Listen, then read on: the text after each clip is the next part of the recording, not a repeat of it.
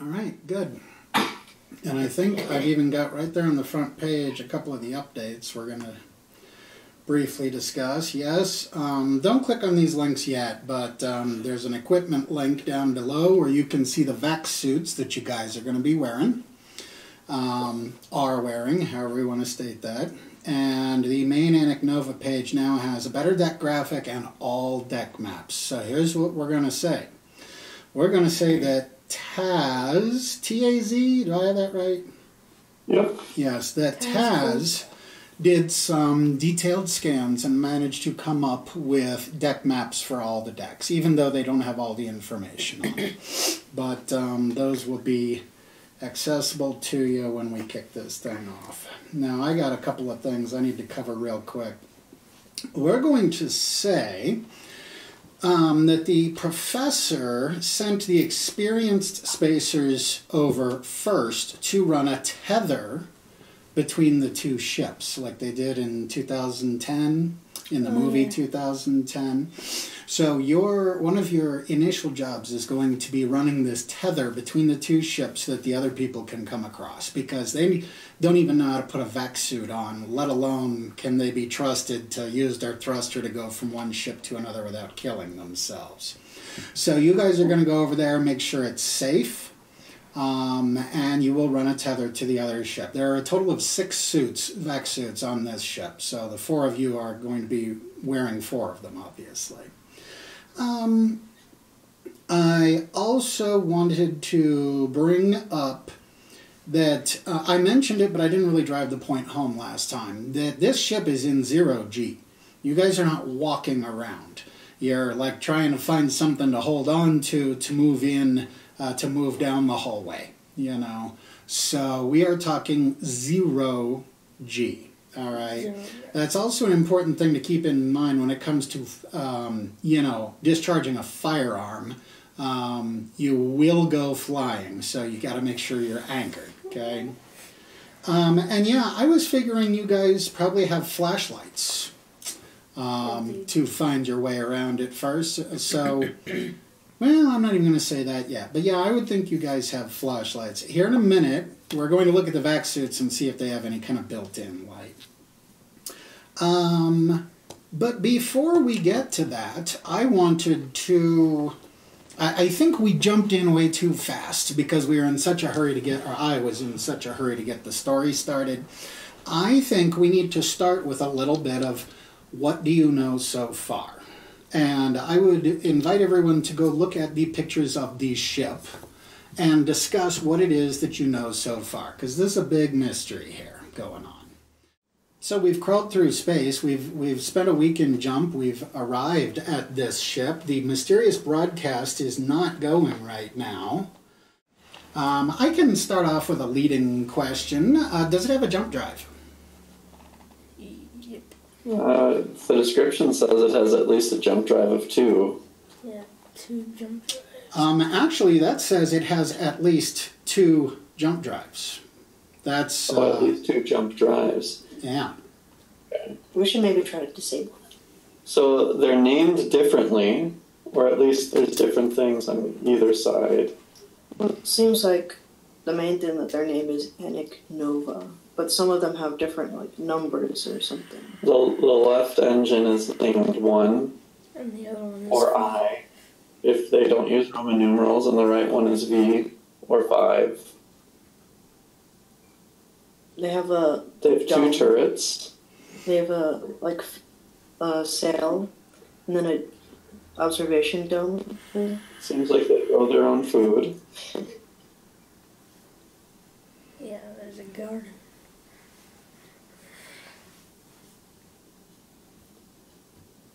Anybody have any theories about what this mysterious signal is?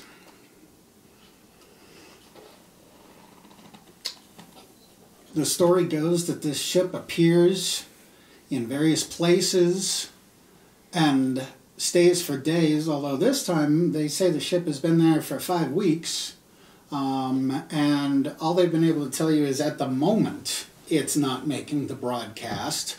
Does anybody have just any first impressions of what this broadcast might be in a language that nobody knows, usually on a restricted frequency. Just some guesses. Maybe the ship is programmed to look for somebody or something, and it's found it, and it's no longer signaling. That's an interesting idea. Or like it's like choosing the ships that like that are like, or like close to the ship. Oh, you mean like it signals ships that it sees pass? Mm-hmm. It could be something for like criminals who try to, I don't know, steal something, some kind of signal. All right, well, how about we move on to those deck plans then? Needless to say, you guys have no idea what's up with this ship. You have no idea if it's broke, if it ain't broke, if there's people on board. I think we did say, yeah, looking at it from the outside, there are no signs of life is all, I think, all the information you've gotten so far. As far as scanning the ship for life, I didn't see that anywhere in the module, so I'm going to assume you guys don't have that capability. Maybe sometime we should try disabling something so that they can't move anywhere, so that they don't escape. But, we don't understand the controls, though, even though they're straightforward. Like the buttons have language we don't understand, is that correct? Yep. Yeah, and we'll get into it more once you're on board the ship, but what you would know once you've been on the bridge is that it doesn't just look foreign, it looks alien. The inside of the ship doesn't look like any kind of ship you've ever been inside.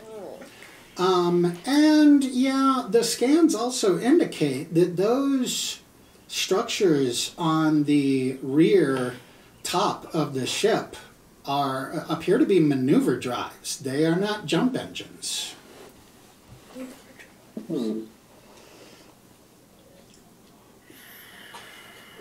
So the jump engines must be in the sail. Or can you go down? There's this thing here. And then if you go down more to number 6, you can kind of see a better view on that. Or is that where we entered? It also looks like there's on 7 that there's 2 other potential engines behind the sail. Also number 5 looks like that. Yeah. Jeez, there's a lot of turrets. You're saying 5 on the engineering deck map? On the picture page. Number 4, you can kind of see something too. Okay. All right. Yeah, and on the engineering deck, it also looks like 1 and 3. Oh, they actually say that's what they are. Oh, geez. So they do. Well, if I left it in there, I must have had a good reason. So yeah, you've found your jump drive pods. Well, perhaps we should resume here at the bridge deck. Mm-hmm. Where you guys had come in. Oh, we never did take a look at the vac suits, did we? No. So, coronavirus traveler, and then there's an equipment link. And right now there's only one entry under equipment, the vac suits. So you guys have a look at those, and again, those are straight out of the book. So you guys will be able to speak to one another with the communicators built into the suits, and the professor, who is very eager to get onto the ship, will of course be calling in and pestering you quite frequently. I'll be playing that part. Once you guys are done reading up on that, so we're all on the same page, so to speak, get back over to the bridge deck, and we'll find out what happens next. So I remember that the ceilings were too tall. Are the chairs too tall? Yeah, everything looks big. It's like it's designed for somebody who's a good foot taller than you are. All right, if we are all on the bridge deck, you guys had, let's see, I think you'd actually made it into the actual bridge room, room 1 there, correct? Yeah. Okay, and I will remind you of the description that's in the book about it. The control room is a spacious area containing a long control panel against the forward wall under a row of windows, so you guys can see out the windows on the bridge. 5 acceleration couches are centered in the area, 2 to each flank, and 1 slightly raised on the center line of the ship, obviously for the pilot or captain. Now scroll up, dude. I'm walking you to the picture. Oh, is that actually printed there? Yeah, it's actually okay, good. The controls for the bridge are arranged in a reasonably straightforward manner.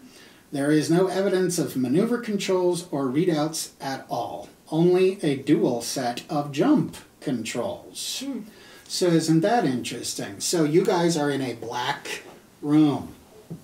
You all have, I guess, handheld flashlights. Did anybody see a light built into the vac suit? No. No.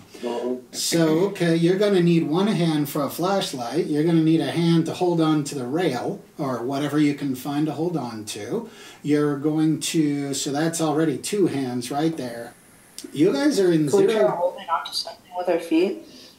Sure. I'm sure that can be managed at times, if you can manage to get your foot in something.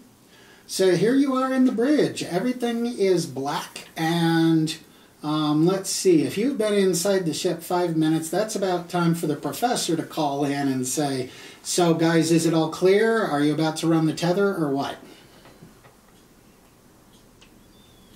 I'm going to say we haven't cleared the ship yet. We've only cleared 1 room of 1 deck. Okay, well, this is exciting. What's it look like in there? Well, Different.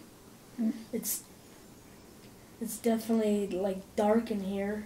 Okay, yeah. Any chance of getting the power on anytime soon?